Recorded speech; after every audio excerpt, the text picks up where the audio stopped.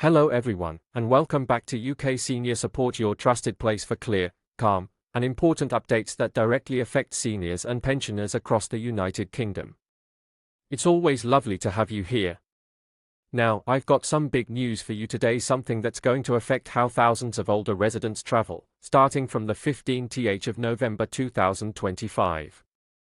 This is one of those updates that might seem small at first, but for many, it could mean the difference between free and paid bus travel. And if you're 60 or over or even approaching that milestone, this is definitely something you need to know before the changes come into effect.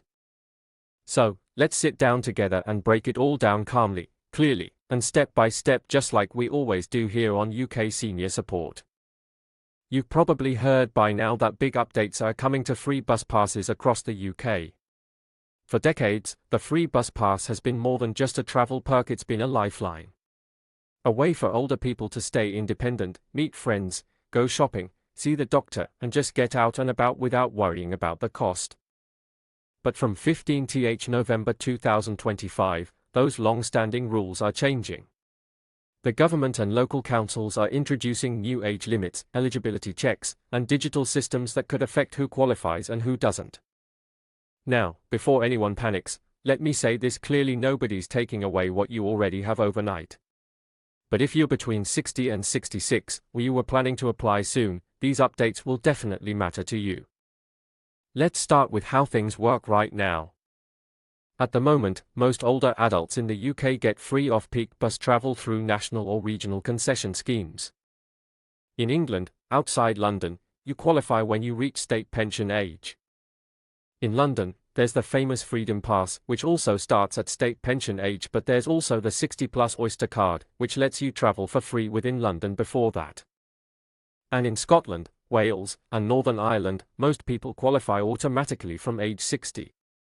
It's a simple system for now. But after November, that simplicity starts to shift. So, what exactly is changing from 15th November 2025? Well, several things. Local councils and the National Concessionary Travel Scheme are making changes to keep up with the upcoming increase in state pension age, which will gradually rise to 67 between 2026 and 2028. Because of that, councils are updating how they decide who qualifies. The new system will include eligibility linked directly to state pension age, not just 60 and over. Digital applications instead of paper ones, meaning you'll likely need to apply or renew online. Photo and document uploads, like passport-style pictures and proof of address. And, in some areas, re-verification for existing passes, especially if you got your pass before the new age rule. The goal, they say, is fairness and preventing misuse, but the impact is clear: if you're aged 60 to 65, your automatic entitlement could change. Now let's talk about how this plays out region by region. Because as you probably know, transport rules are devolved, meaning they are handled separately in England, Scotland, Wales, and Northern Ireland. If you live in England outside London, your free bus pass eligibility will now begin at your state pension age. So, if you're 60 or 61 now, you might need to wait a few more years before qualifying. In London, you're still covered by two schemes. The Freedom Pass continues at state pension age, while the 60+ Oyster card will still let Londoners aged 60 and above travel free within the capital, though this could be reviewed in the future.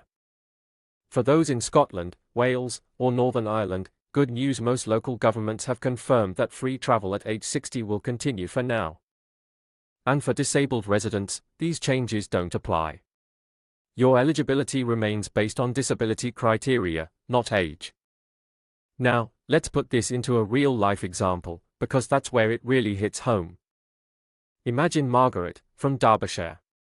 She's 61, retired last year, and uses her bus pass every week to visit her daughter and do her shopping in town. She got her pass just before the rules tightened. Under the new system, someone like Margaret might have to reapply or even wait until they reach state pension age if they hadn't already received it. Then there's Alan, from London.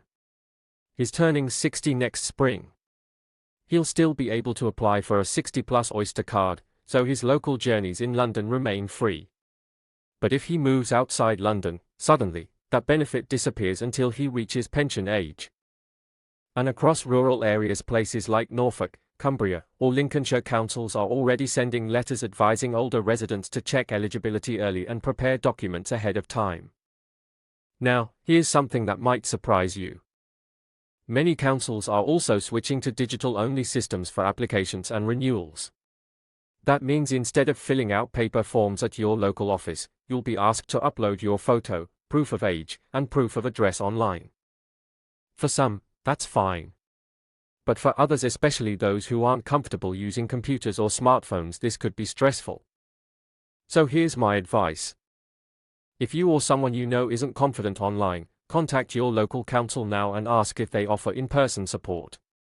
Many libraries and community centers also provide help with digital applications.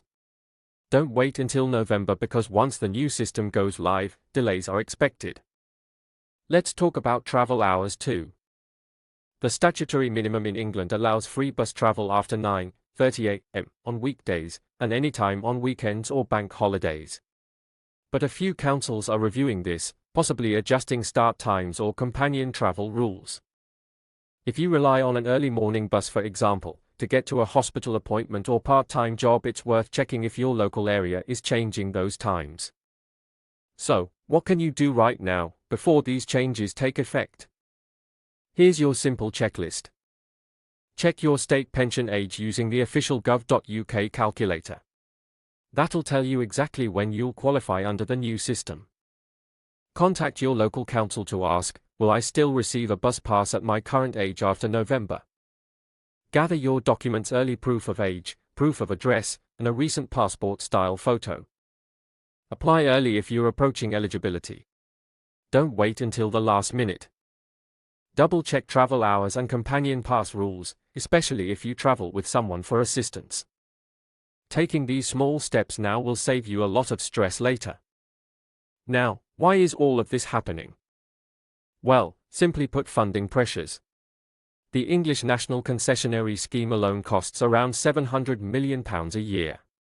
Councils and the government say they need to make sure the system remains fair and sustainable, especially as more people live longer and claim benefits for longer. But that doesn't make it any less worrying, does it? For many older people, the bus pass isn't just a card, it's a lifeline. It keeps you connected, independent, and active. Losing that, or even facing confusion about it, can feel like losing a bit of your freedom. That's why staying informed and acting early is so important. So, let's quickly recap the key takeaways. From 15th November 2025, eligibility for free bus travel in England will be tied directly to your state pension age. If you're aged 60 to 65, you might need to recheck your entitlement. Applications will become digital, so prepare your documents and get help if you're not online. Some councils may update travel hours or companion pass policies. Always apply or renew early to avoid interruptions to your free travel. Remember, this isn't about losing benefits. It's about keeping them safely by staying ahead of the new rules.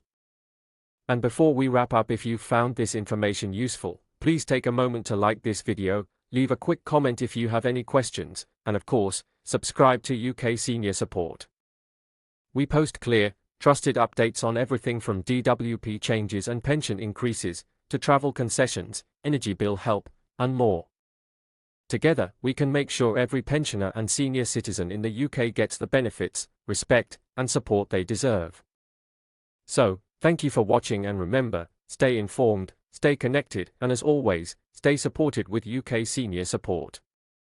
Take care, everyone, and I'll see you in the next update.